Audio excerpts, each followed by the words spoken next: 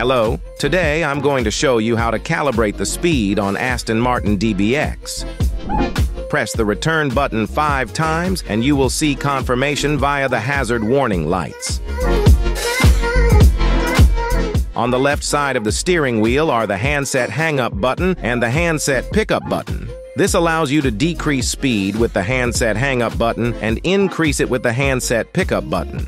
Press the respective key several times in quick succession to set the speed.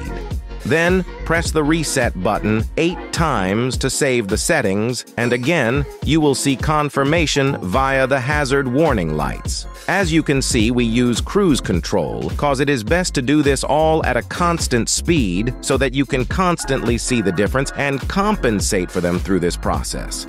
Don't forget to subscribe to our channel. Thank you for watching, and see you in the next videos.